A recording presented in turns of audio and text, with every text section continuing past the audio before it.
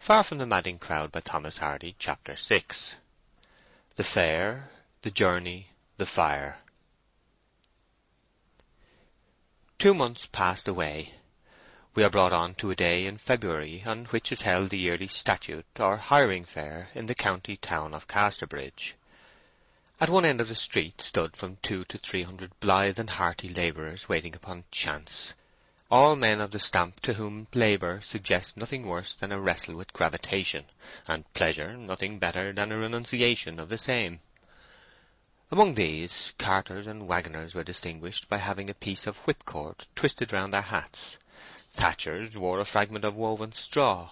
Shepherds held their sheep crooks in their hands, and thus the situation required was known to the hirers at a glance. In the crowd was an athletic young fellow of somewhat superior appearance to the rest. In fact, his superiority was marked enough to lead several ruddy peasants standing by to speak to him inquiringly, as to a farmer, and to use "sir" as a finishing word. His answer always was, "I am looking for a place myself, a bailiff's. Do you know of anybody who wants one?" Gabriel was paler now, his eyes were more meditative, and his expression was more sad. He had passed through an ordeal of wretchedness which had given him more than it had taken away. He had sunk from his modest elevation as pastoral king into the very slime pits of Sidham. But there was left to him a dignified calm he had never before known, and that indifference to fate which, though it often makes a villain of a man, is the basis of his sublimity when it does not. And thus the abasement had been exaltation, and the loss gain. In the morning a regiment of cavalry had left the town, and a sergeant and his party had been beating up for recruits through the 4 streets. As the end of the day drew on and he found himself not hired, Gabriel almost wished that he had joined them and gone off to serve his country. Weary of standing in the market-place and not much minding the kind of work he turned his hand to, he decided to offer himself in some other capacity than that of bailiff. All the farmers seemed to be wanting shepherds. Sheep-tending was Gabriel's speciality. Turning down an obscure street and entering an obscurer lane, he went up to a smith's shop. "How long would it take you to make a shepherd's crook?" "20 minutes." "How much?" "2 shillings." He sat on a bench, and the crook was made, a stem being given him into the bargain. He then went to a ready-made clothes shop, the owner of which had a large rural connection. As the crook had absorbed most of Gabriel's money, he attempted, and carried out, an exchange of his overcoat for a shepherd's regulation smock frock. This transaction having been completed, he again hurried off to the centre of the town, and stood on the curb of the pavement as a shepherd, crook in hand. Now that Oak had turned himself into a shepherd, it seemed that bailiffs were most in demand. However, 2 or 3 farmers noticed him and drew near. Dialogues followed, more or less in the subjoined form. "Where do you come from?" "Norcombe." "That's a long way." 15 miles. "Whose farm were you upon last?" "My own." This reply invariably operated like a rumour of cholera. The inquiring farmer would edge away and shake his head dubiously. Gabriel, like his dog, was too good to be trustworthy, and he never made advance beyond this point.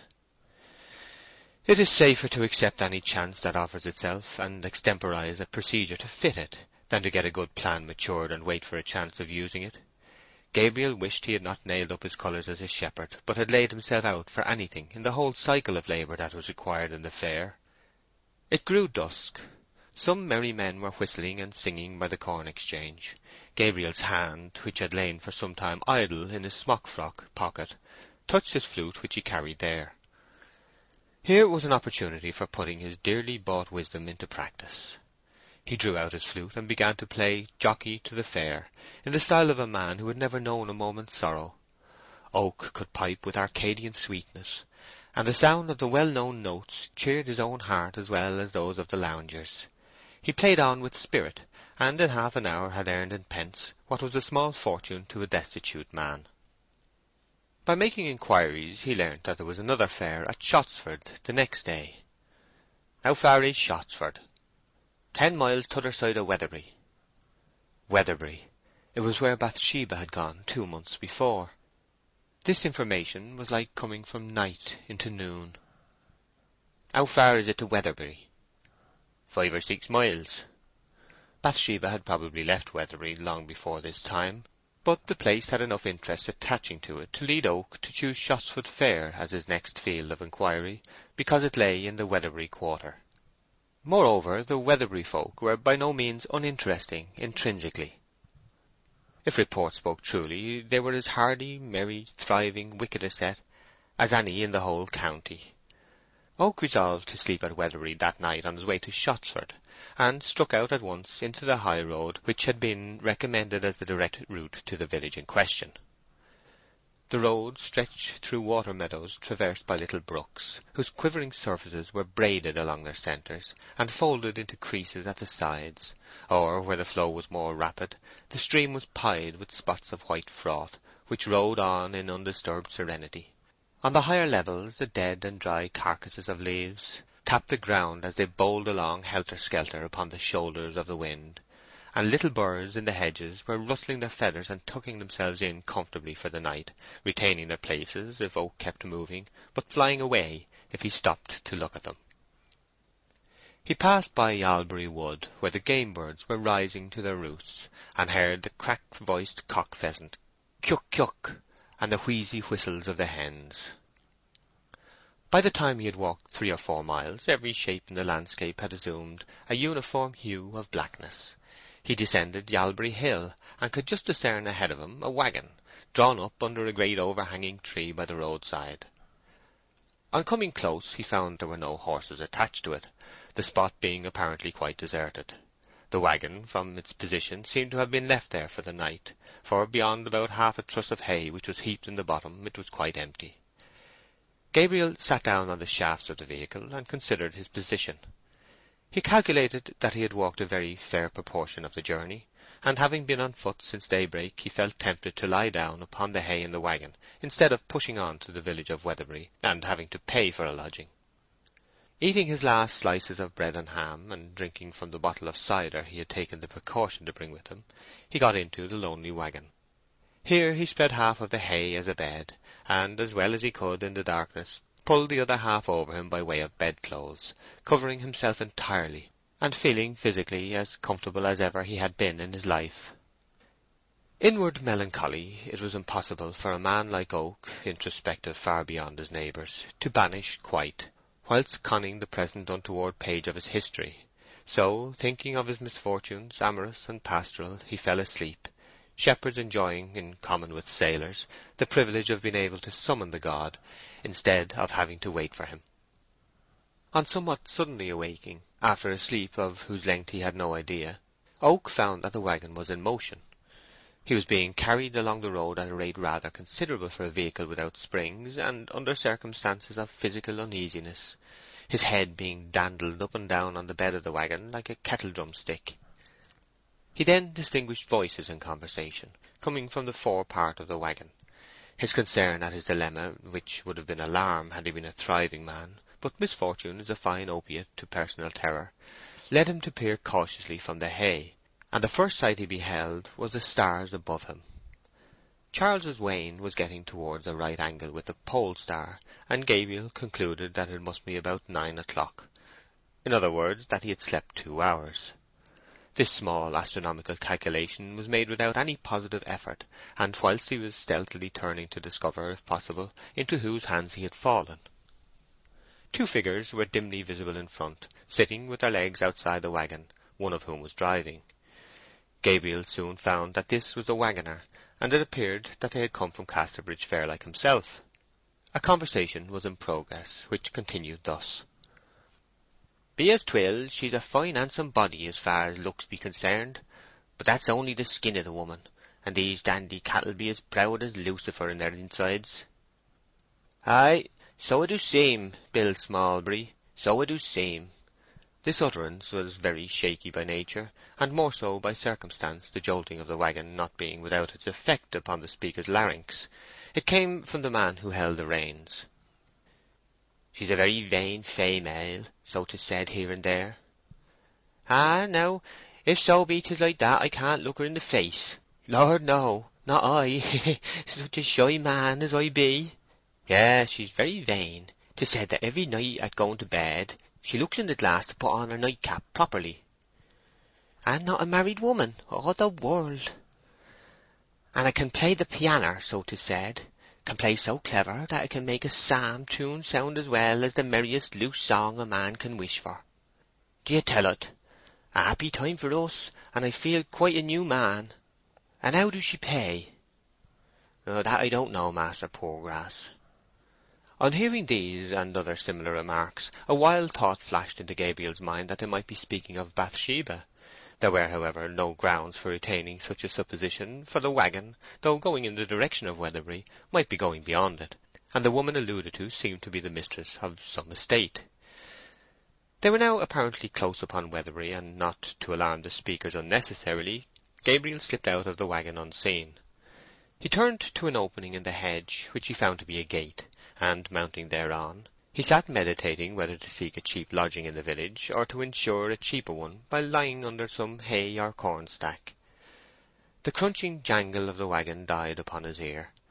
He was about to walk on, when he noticed on his left hand an unusual light, appearing about half a mile distant. Oak watched it, and the glow increased. Something was on fire. Gabriel again mounted the gate, and, leaping down on the other side upon what he found to be ploughed soil, made across the field in the exact direction of the fire. The blaze, enlarging in a double ratio by his approach and its own increase, showed him, as he drew nearer, the outline of ricks beside it, lighted up to great distinctness. A rickyard was the source of the fire. His weary face now began to be painted over with a rich orange glow, and the whole front of his smock-frock and gaiters was covered with a dancing shadow pattern of thorn twigs, the light reaching him through a leafless intervening hedge, and the metallic curve of his sheep-crook shone silver-bright in the same abounding rays. He came up to the boundary fence, and stood to regain breath. It seemed as if the spot was unoccupied by a living soul. The fire was issuing from a long straw stack, which was so far gone as to preclude a possibility of saving it. A rick burns differently from a house. As the wind blows the fire inwards, the portion in flames completely disappears like melting sugar, and the outline is lost to the eye. However, a hay or wheat rick, well put together, will resist combustion for a length of time, if it begins on the outside. This, before Gabriel's eyes, was a rick of straw, loosely put together, and the flames darted into it with lightning swiftness. It glowed on the windward side, rising and falling in intensity, like the coal of a cigar. Then a superincumbent bundle rolled down with a whisking noise. Flames elongated and bent themselves about with a quiet roar, but no crackle. Banks of smoke went off horizontally at the back like passing clouds, and behind these burned hidden pyres, illuminating the semi-transparent sheet of smoke to a lustrous yellow uniformity. Individual straws in the foreground were consumed in a creeping movement of ruddy heat, as if they were knots of red worms, and above shone imaginary fiery faces, tongues hanging from lips, glaring eyes, and other impish forms, from which at intervals sparks flew in clusters like birds from a nest. Oak suddenly ceased from being a mere spectator by discovering the case to be more serious than he had first imagined. A scroll of smoke blew aside and revealed to him a wheat rick in startling juxtaposition with a decaying one, and behind this a series of others composing the main corn produce of the farm, so that instead of the straw stack standing, as he had imagined, comparatively isolated, there was a regular connection between it and the remaining stacks of the group. Gabriel leapt over the hedge, and saw that he was not alone. The first man he came to was running about in a great hurry, as if his thoughts were several yards in advance of his body, which they could never drag on fast enough. "Oh, man! Fire! Fire! A good master and a bad servant is fire. Fire! I mean a bad servant and a good master. Oh, Mark Clark, come! And you, Billy Smallbury, and you, Mary Ann Money, and you, Jan Coggan, and Matthew there." Other figures now appeared behind this shouting man and among the smoke, and Gabriel found that, far from being alone, he was in a great company, whose shadows danced merrily up and down, timed by the jigging of the flames, and not at all by their owners' movements. The assemblage, belonging to that class of society which casts its thoughts into the form of feeling, and its feelings into the form of commotion, set to work with a remarkable confusion of purpose. "Stop the draughts under the wheat rick," cried Gabriel to those nearest to him. The corn stood on stone straddles, and between these tongues of yellow hue from the burning straw licked and darted playfully.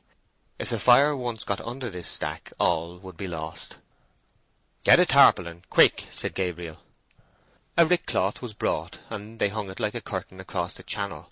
The flames immediately ceased to go under the bottom of the corn stack, and stood up vertical.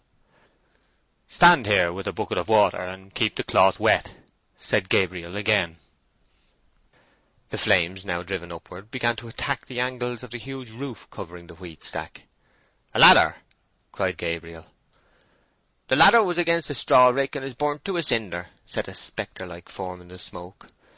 Oak seized the cut ends of the sheaves as if he were going to engage in the operation of reed drawing, and, digging in his feet and occasionally sticking in the stem of his sheep crook, he clambered up the beetling face. He at once sat astride the very apex, and began with his crook to beat off the fiery fragments which had lodged thereon, shouting to the others to get him a bough and a ladder, and some water. Billy Smallbury, one of the men who had been on the waggon, by this time had found a ladder, which Mark Clark ascended, holding on beside Oak upon the thatch. The smoke at this corner was stifling, and Clark, a nimble fellow, having been handed a bucket of water, bathed Oak's face and sprinkled him generally, whilst Gabriel, now with a long beech bough in one hand, in addition to his crook in the other, kept sweeping the stack and dislodging all fiery particles. On the ground the groups of villagers were still occupied in doing all they could to keep down the conflagration, which was not much. They were all tinged orange and backed up by shadows of varying pattern. Round the corner of the largest stack, out of the direct rays of the fire, stood a pony bearing a young woman on its back. By her side was another woman on foot. These two seemed to keep at a distance from the fire, that the horse might not become restive. "He's a shepherd," said the woman on foot. "Yes, he is. See how his crook shines as he beats the rick with it? And his smock frock is burnt in 2 holes, I declare. A fine young shepherd he is too, ma'am." "Whose shepherd is he?" said the equestrian in a clear voice. "I don't know, ma'am." "Don't any of the others know?" "Nobody at all. I've asked them. Quite a stranger, they say." The young woman on the pony rode out from the shade and looked anxiously around. "Do you think the barn is safe?" she said. "Do you think the barn is safe, Jan Coggan?"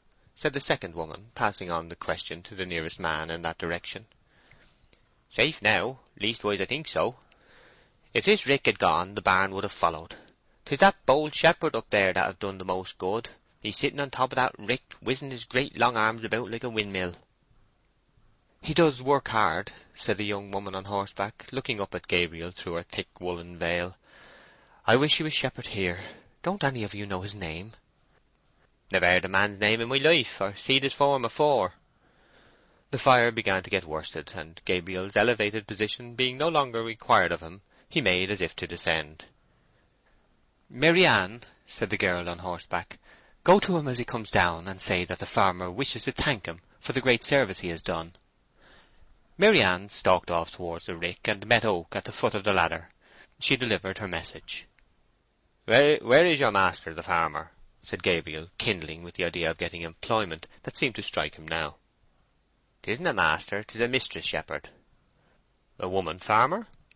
"Ah, I believe, and a rich one too," said a bystander. "Lately 'a came here from a distance. Took on her uncle's farm, who died suddenly, and used to measure his money in half-pint cups. They say now that she's business in every bank in Casterbridge, and thinks no more of playing pitch and toss sovereign than you and I do pitch halfpenny. Not a bit in the world, shepherd." "That's she, back up there on the pony," said Maryann, "with her face covered up in that black cloth with holes in it." Oak, his features smudged, grimy, and undiscoverable from the smoke and heat, his smock-frock burnt into holes and dripping with water, the ash-stem of his sheep crook, charred 6 inches shorter, advanced with the humility stern adversity had thrust upon him up to the slight female form in the saddle. He lifted his hat with respect, and not without gallantry. Stepping close to her hanging feet, he said in a hesitating voice, "Do you happen to want a shepherd, ma'am?" She lifted the wool veil tied round her face, and looked all astonishment. Gabriel and his cold-hearted darling Bathsheba Everdene were face to face. Bathsheba did not speak, and he mechanically repeated in an abashed and sad voice, "Do you want a shepherd, ma'am?" Chapter 7.